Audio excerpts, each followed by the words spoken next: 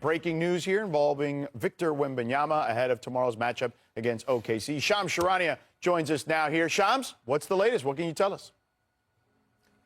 George, sources tell me Victor Wembanyama is expected to make his return to action on Saturday against the Oklahoma City Thunder in Las Vegas in the NBA Cup semifinals. The timing has worked out perfectly for the Spurs, for Wemby to make his return. You have the Oklahoma City Thunder and the San Antonio Spurs, two of the best young teams in the NBA. Wemby against Chet, and this marks the end of the Spurs' cautious process ever since Wembanyama sustained this calf strain that he had almost 1 month ago. He actually wanted to play, I'm told, Wednesday in the Cup game against the Lakers, but the Spurs held him out. Both sides made the decision to get him a couple days more of ramp-up time, rehab work. He's checked all the boxes, from my understanding, passed all the tests. He's gone through multiple rounds of 5-on-5 sessions as well as he looks to make his return to action on Saturday. Excellent news, Shams. Thank you so much. Appreciate it.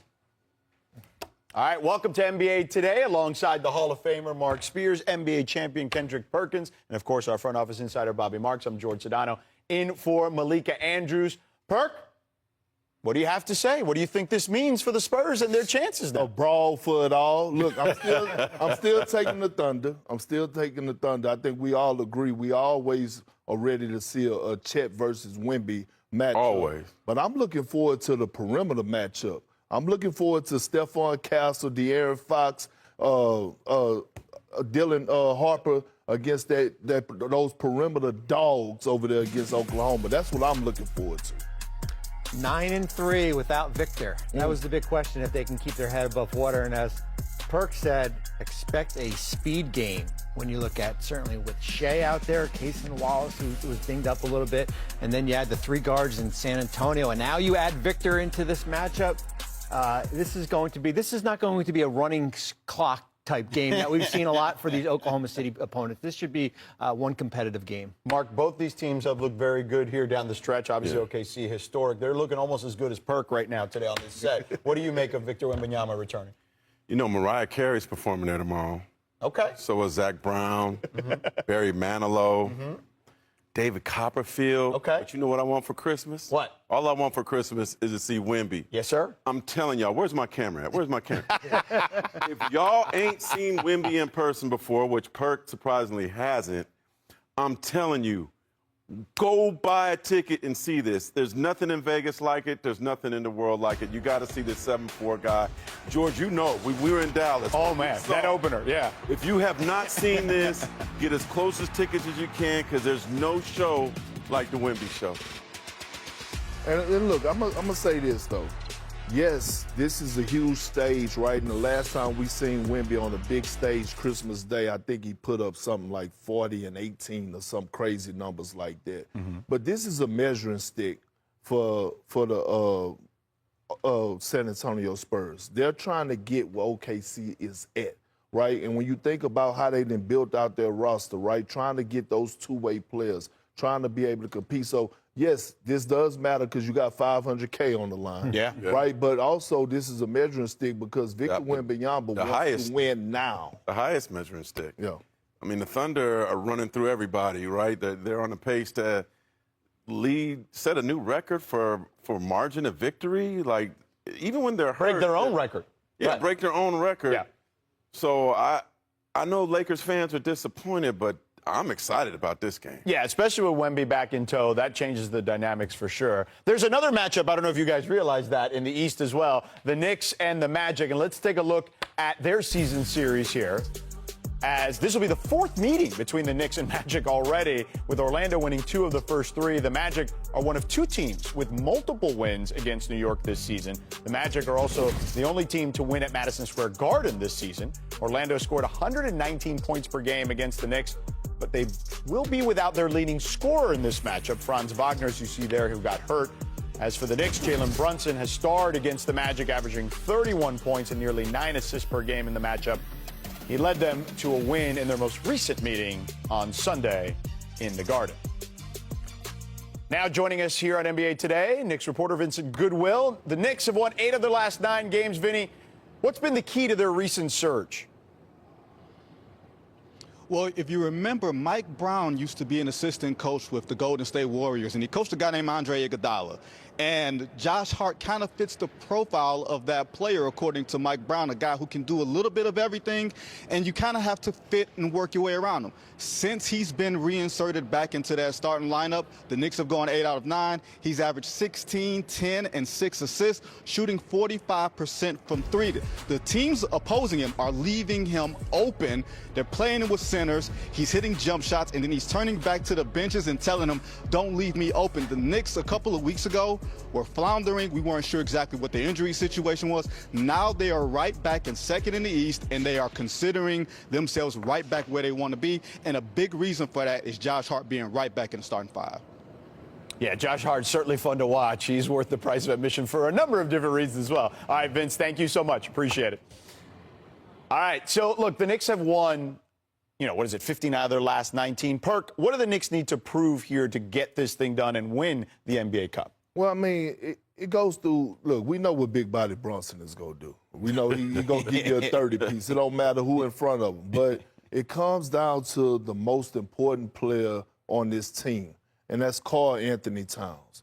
They need him to play like a grown-ass man, right? And he's been doing that, not just worrying about scoring the basketball. He's been dominating the glass. He's second in the league in rebounding, and he got to continue to have a defensive presence. And now we're starting to see that passion from Karl Anthony Towns that needs to travel to Vegas. You know, I am interested in Vince talked about Josh Hart here as far as do teams start to game plan him a little bit more. The Knicks are 8-1 in their last in the 9 games that Hart has started. He's shooting 57 and 43 from deep here. I thought he was the X factor in their win against Toronto the other night where he scored 21 points. Now, if you game plan against Josh Hart, then that leaves more shots open for Jalen Brunson or Mikal Bridges or OG Anunoby, and I think that's something to watch in this game against Orlando.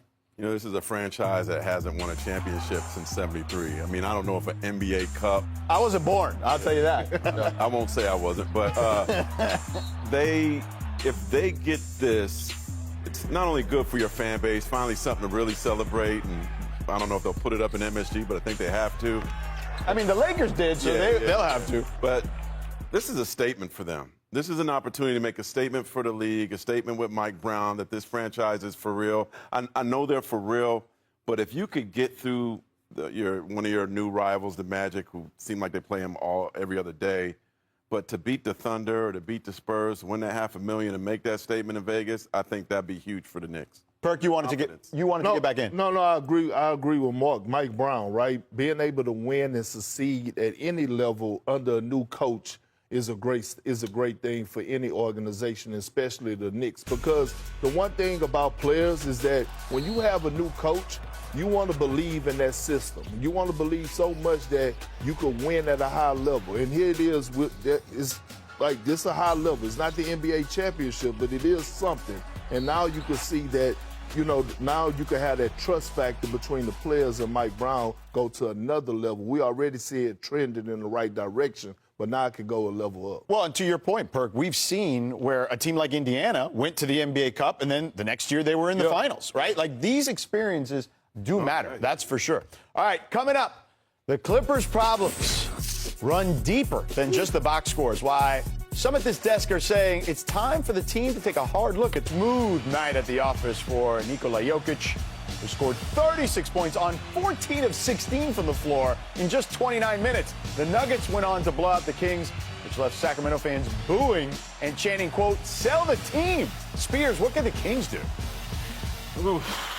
Scott Perry, get to work. I mean, you got vets that aren't totally happy with the coaching staff. I think they just need to clean house, and the date is come Monday, right, Bobby? It is. Start doing that. Yeah, it's going to be a lot of work there for Scott Perry. Take it easy on him. Next up, Ja Morant has been upgraded to probable tonight versus Utah after missing the last 10 games. Bobby, Memphis won 7 of those games without him. What does Morant's return mean for Memphis? Well, I'm interested in what Ja Morant do we get here? Do we get the Ja Morant that they were 4-8 when he played and he shot 36 from the field and 16% from 3? Remember, the success with Memphis came with Zach Edey, who is now out for an extended period of time. All right, well, we'll be glued to see what happens there. Next up, Alperen Sengun had his 12th double-double of the season as the Rockets edged out the Clippers. And Sengun was just going to work. You see it there. Inside, outside, spin move, turn around, hook shot. He had it all working, okay? Getting his teammates involved. But another big reason was because the Clippers, you'll see this in just a moment, had plays like this. Three-point game, no one comes back to inbound the ball, and then Nicholas Batum does. He steps in at the end, steps over the line. Perk, what is this, man? A dumbass play. A dumbass play, a dysfunctional organization, a team full of vets. That should never happen. Not with Kawhi and James and Nicholas Batum. Like, we're talking about veterans here. We're not talking about a young group. And even in AAU basketball, they can inbound the damn basketball. But look, let's get bigger here when they talk to the Clippers. We got to address the elephant in the room. The elephant in the room is Kawhi Leonard. You know what I mean? And it's time to move on from Kawhi Leonard. It's time for the Los Angeles Clippers to trade Kawhi Leonard. They have been trending downward since they signed him. Look at what all they lost. They done lost damn near everything. And look, we know when he's on the floor, he's going to perform. We understand that. But the problem is he's never available. And so when you think about how he's set this franchise back 10, 15 years, and you look at what OKC is doing and all the picks that they own, and you look at the decisions behind the scenes that he voices his opinion behind his hand time and time again, they need a reset, and that reset starts with moving on from Kawhi Leonard. Bobby? Yeah, listen, I think they're going to need to be open for business when we get closer over the next 2 months leading up to February 5th. Well, I love of course. Back me up. Of course. Yeah, I mean, listen, I mean, it is. You guys are like a good buddy cop movie right now. It is what it is, right? Like, and I think, I'm not naive to know that they don't control their first-round picks in the next 4 years, and that we know that pick goes to Oklahoma City and there's swap rights next year. But I think when you have to, in order to go forward, you almost have to take 2 steps back. And what does 2 steps back mean? I think you have to look at Kawhi Leonard, James Harden, as far as on this roster. Both players have 2 years left on his contract. They've got to get the Chris Paul situation resolved here. The player that has the most value on the roster is Ivica Zubac.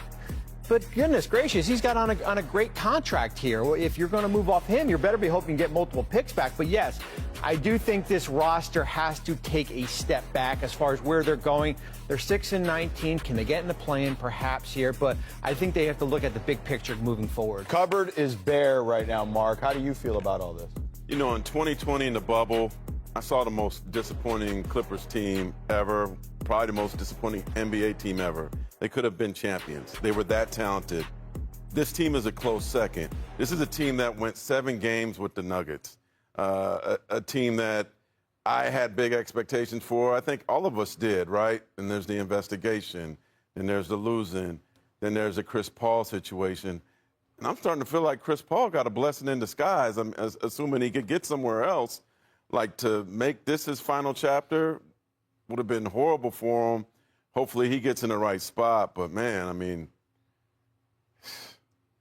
It's rough. Well, you know what, real quick on it. The one thing the video didn't show, and we saw Batum go over the line, there was no Clipper player come back for the ball. Well, he was the only one that came back. Yeah, I mean, James nobody Harden, followed him. nobody came back to make an effort to come get the ball. Yeah, it's this crazy. is the host of the All-Star game. Right. Like, so when All-Star games come, there's going to be a cloud hanging over into it. Yeah, it'll be fascinating to see how it all works itself out. Still plenty of time, though, as deals can be traded soon. All right, the Magic will face the Knicks in the NBA Cup semifinals. How did they get here? First, they went 4-0 in their group, winning by an average of 16 points per game.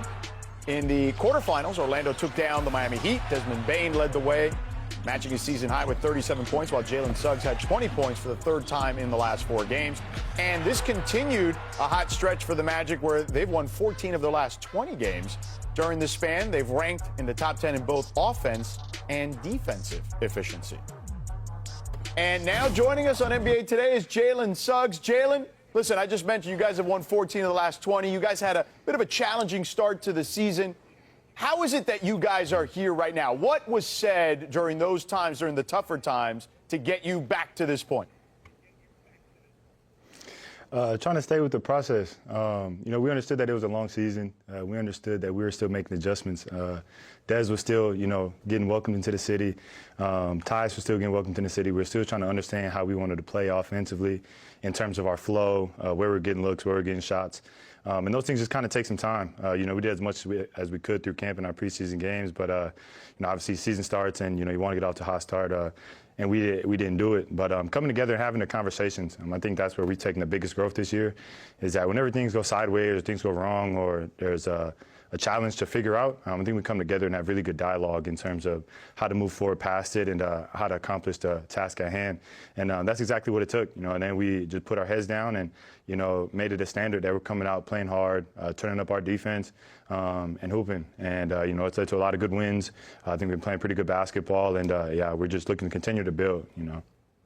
Jalen, you've already played New York 3 times. This is going to be the 4th time you've played them in the last 2 months. And we put up a stat that Jalen Brunson has averaged 32 points. However, he's shot 5 for 20 from 3.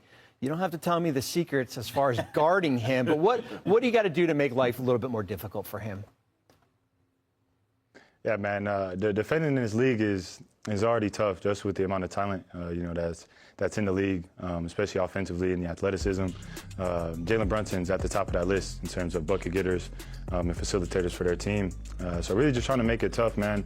Yeah. Force him into spots, you know, that are tough makes, that he's been, you know, uncomfortable in, and then just guard one-on-5. You know, it's not one-on-one. You know, we got gaps. You know, we got our bigs. Dell and Goga have done a great job at being at the rim and giving them different stabs and looks coming off pick and roll. And then as far as just the guards, you know, trying not to send them to the line as much as we can. You know, that's free rhythm and free buckets. You know, for any hooper, especially one with such offensive load like Brunson has, when you can get to the line, slow the game down, and get your rhythm going, it's huge for you in terms of what you're doing that night. So that's kind of the culminations of things that we're trying to do. But you know, at the end of the day, you got to go strap them up and go choose to play defense. And I think that myself, Dez, Franz, AB, and the rest of our squad have tried to do that. You know, every time that we match up against the Knicks. Hey, Jalen, Mark Spears here. Man, it's been a tough road for you. You missed last season. A lot of last season. You missed the playoffs. How did you get through it mentally, physically, and how much do you appreciate where you are now being involved? Man, growing up in this league is so cool. The NBA is so dope for that, just in terms of the things that it exposes you to, the challenges that it presents to you, especially, you know, being one and done at a young age. Kind of forced you to grow up a little fast, which I've appreciated. Hasn't all been easy, like you're talking about in terms of the injury. I think that being the hardest part, a couple years and having to miss time and rehab and surgeries and off season is definitely a struggle. More so, I think mentally, physically, I mean, it's what we do. We go to work. We're in the weight room. We're in the gym, you know, perfecting our craft every day in some way, shape, or form. But mentally, you know, it can definitely get tough, you know, in terms of the amount of time and effort that you have to allocate, you know, to your game, to your craft. And, you know, that takes away from, you know, your people, family, going different places and doing other things. So, you know, I think my faith has been the main pillar that's helped me, you know, throughout my career. You know, injuries, ups and downs in terms of playing well and not playing well, wins and losses. You know, I think my faith has been consistent in all of that. And I'm able to lean on someone bigger than myself. So, you know, my imperfections don't weigh as heavy anymore, and I can put that weight on the man above. So all the credit goes to him. Honestly, my family holds me down, and we have a great group in Orlando. So it makes coming into work, you know, and being on that grind easier every day, for sure. Well, young fella, I'm happy to see you back on the floor. I enjoy watching you play, but I always want to look at big picture. Right, and look, and watching OKC, a young team, win the championship last year, watching Indiana make strides and go to the NBA Finals, do y'all have the belief in that locker room that y'all could get it done this year or even next year? But I'm looking at this year. Are y'all preaching championship? Absolutely, absolutely. That's our standard, and it's dope. That's part of the evolution that I've got to experience in this league, you know, going from, you know, 19, 22 win seasons, you know, to actually, you know, purposefully chasing championships, and where we're at right now. And it's way more fun, man. You have much more on the line.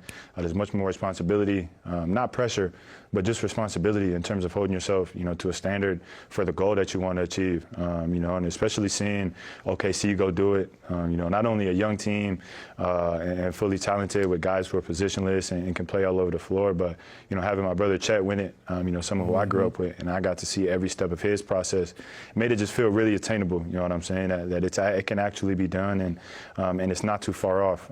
So I think all of us are really intentional in terms of we have a chance, a window to make a run. The same way Indiana took advantage of theirs last year, and then once you get there, it just comes down to winning 4 games before the other team does, and we all have that self-confidence and belief that we can put it together, and by that point in the year, we'll be in position to go contend for one. So I think if you think anything else, it'll be unachievable. So that's what we're all shooting for sure. Jalen, last one for you. We had some fun at your guy Desmond Bane's expense from that game on Sunday when he threw the ball at OG Anunoby. What were you guys thinking when all that was going down? What did you say to him after the game? Because even he had to laugh about it later. Bro, I told Des, bro, I love you, bro. You're the funniest dude I know. I've never seen nothing like that on the basketball court. I've never seen nothing like it, man. So funny, but I'm riding with him, bro. Right, wrong, or indifferent, man. I'm rocking with Dez because it's him, man. He's authentically himself and passionate, even when he playing dodgeball in the hoop court. Yeah, that was crazy, man. That was crazy. You take him in an arm wrestling match, or Popeye gonna take you down? Because that man's got big arms. I don't wrestle Dez no more. We had our couple moments during the beginning of the year. He too strong for that. I stay away from him. Good for you, smart man. Hey, man, listen, good luck this weekend. The last time you were in a semifinal, you hit a big shot. You ended up on the scorer's table like D. Wade many years ago. So good luck to you guys this weekend, okay? My dog, appreciate y'all OGs, man. Yes, sir. Take care. There he is.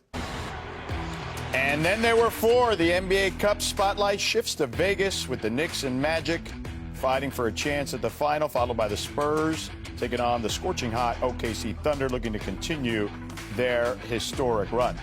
On the Spurs side, we welcome in Michael C. Wright from Las Vegas. So, Michael, all things considered now, how do the Spurs feel about this potential matchup with OKC? George, this is their NBA Finals. This ain't football, but it's their Super Bowl. That's how important this is for the San Antonio Spurs. You go back and you look at their roster and you look at some of the core guys on it, the Devin Vassell's, the Keldon Johnsons, even Victor Wembanyama, just some of these young guys. They have not played in any meaningful games during their tenures with the San Antonio Spurs. If you want to go back and find a meaningful game, you got to go all the way back to 2022 when they played the New Orleans Pelicans in a play-in tournament. So you're talking about a team with a 6-year playoff drought, and this team sees this as an opportunity to sort of build that muscle memory that you need in meaningful games that will carry you like in the playoffs and things like that. And besides that, Keldon Johnson also wants to get a llama with his winnings. He's got to add to that ranch he's got outside San Antonio. All right, Michael, we're looking forward to it. Thank you so much. Appreciate it.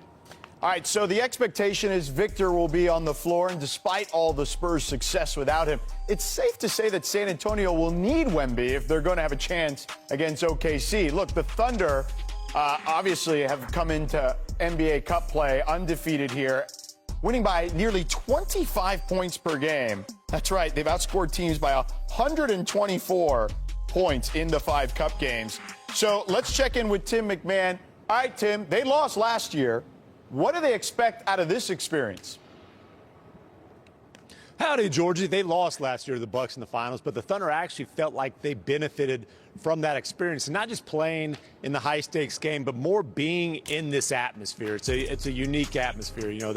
The practices everything's organized by the NBA, the press conference. It's kind of a circus, and they felt like that prepared them for a little bit of what they were going to face in the finals. And look, they are here, as Jalen Williams said, if we're going to play in it, we want to win it. They don't have some kind of vendetta, is the way he put it, in terms of like trying to avenge last year's loss for the Bucks. But the Thunder tried to win every single game they played. They've been almost successful in that this year, obviously 24-1. You're looking at 72-10 over their last 82. And, hey, as much money as these guys have, they'd like to add another 500 and change. So they're in it to win it here in Las Vegas. All right, Tim. Appreciate it, brother. I'll see you in Vegas. All right, this had us looking through today's thread posts. Content creator Christian Staples posted, if Wemby plays in the Emirates Cup game, I think they'll upset OKC. That's my hot take. And fans, don't forget, To keep the conversation going on Threads, scan the QR code and, of course, jump in the conversation. Is anyone here going to give OKC or anyone other than OKC a chance to win the NBA Cup? What do you think, Big Perk? You asking the wrong person. You all over OKC. All over. All over. You want me to go get my jacket out the I know, I seen it. We can make it Wednesday and Friday. Yeah. Man, look, listen, I think it's going to be high-level competition. I think the Spurs are going to put up a fight for about 2.5 quarters, and then all of a sudden OKC is going to take it to the next level. Because remember, they lost in the Cup last year down in the championship, but they didn't have Chet. Now they fully loaded. Oh, they coming out there to handle the business. They did get bullied last year, Bobby, against Milwaukee. But here, 2 numbers to watch when we watch this game on Saturday. +5 in the first quarter and +6 in the first quarter. That's the point separation Oklahoma City is. They come out blazing in the first to start the game, and they will start playing defense like we saw against Phoenix, and they will start right when the first half is over in that third quarter. Mark? There's a lot of great matchups in this Thunder Spurs game, but Wemby, Chet, there's that rivalry that goes back to when they were teenagers playing international ball. Something about Chet that just brings something out of Wemby. I know he's going to be rusty, but I look forward to seeing them tomorrow and on Christmas. All right, real quick. Nobody's giving the East a shot? No. Okay, fair enough. I love Big Body Brunson, but no. Okay, fair enough. All right. Julius Randle has been doing it all for the Timberwolves this season as he's on pace for just the second 26-6 season in franchise history. He's joined prime 2002-03 KG. Randle caught up with our Malika Andrews. Let's take a listen.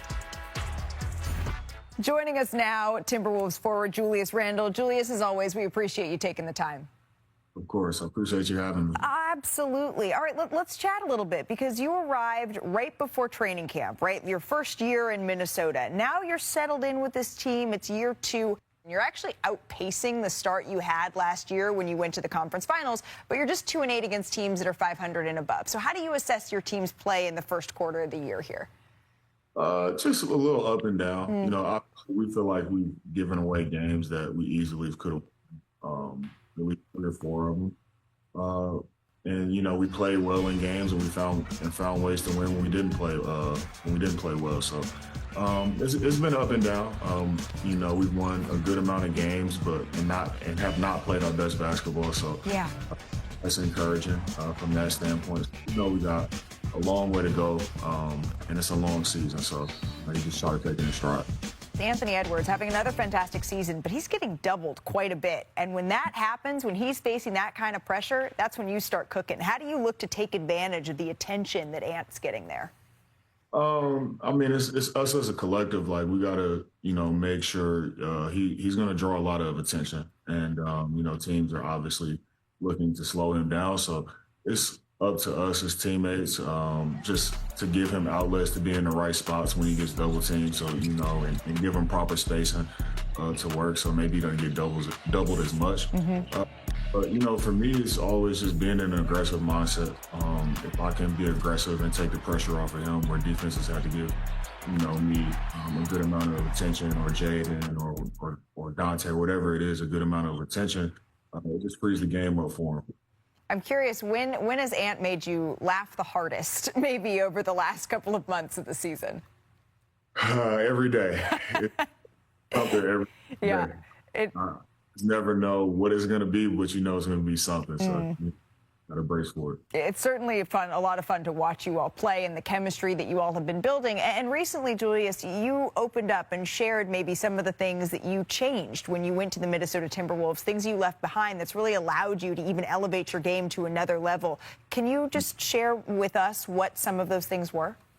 Yeah, I mean, for me, it was just about, you know, the life that I wanted to create for myself, not just basketball, but outside of basketball, just waking up, being happy every day, enjoying life. You know, you work so hard to be in this position, and, you know, what's the point of it?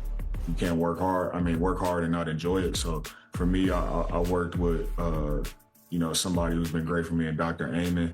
And, you know, one of the big things I had to give up was smoking. He was like, listen, you want to play another 10 years, you can't. Smoking is terrible for your brain, you know, and he's big on brain health. So it was obviously big life changes, and it's committing to him. But I'm glad I did, because, you know, like I said, every day I wake up super excited, happy. I got better relationships in life, with teammates. My work life is great. So it's just a great balance that I have every single day. And, it comes with sacrifice, but I love it. I appreciate you sharing that. And that's such a powerful reframe, right? I remember I would wake up in the morning, my alarm clock would go off, and it would be early. And the first thing out of my mouth would be a not kind word. It's like, gosh, I have to get up right now. And trying to reframe just that moment. So the first thing in my brain every single morning wasn't something negative. It was, how lucky am I get to whatever the thing is. So I appreciate you sharing that. And that mind-body connection, you're joining us today as a part of a new partnership with Dymatize, the ready-to-go protein shakes. And on Monday, you sent Dylan Brooks to the ground, a little shoulder bump before finding Rudy Gobert. So which players do you think you need that extra protein the most against, right? Who's the strongest players that you're going up against day in and day out? I don't know if it's anybody particular. I'm not going to give anybody too much credit. But Dymatize definitely helps me, make sure I got the proper fuel every single night. Yep. Especially I got my Cocoa Pebbles. That's the best one that I love, taking every single day to make sure I just had that extra protein, and that extra fuel when I go out there. So I'm not going to give anybody credit. I'll give Diamonds credit for having me ready.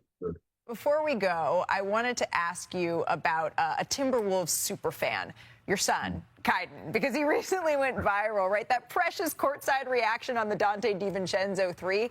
I know he gives you a lot of feedback. How have you assessed your game so far? And what did you think of this clip? So cute. Oh, man, I love it. I love it. Like, he's been doing this since he's for knowing the cameras on him and what to do when the camera's on him. So I love it. I love it. And I'm kind of getting a little jealous because I hit a 3 the other day and I ran back and I looked to do the, celebration for him, but he wasn't in his seat. I'm looking at Mom like, where is he at? So I got a little jealous, but yeah, he's a starter, man. I love it. So that just means you're going to have to run it back so you can get that moment again. Julius, we always appreciate the time. Thank you so much for stopping by NBA Today, my friend. Be well and happy holidays. Happy holidays. All right, great stuff there from Malika and Julius. It's now time for Shoot Your Shot, brought to you by DraftKings Sportsbook. Check out these notable player props. Watch me shoot my shot. I'm going with Julius Randle. Okay. 20.5 points over. I'm going to go He averaging 22 for the season. He is, you're right. I'm going to go with the chef's return, Perk. Come on, man. You got to go with the chef coming back. He's actually had some really good games, too, in Minnesota, too, for sure.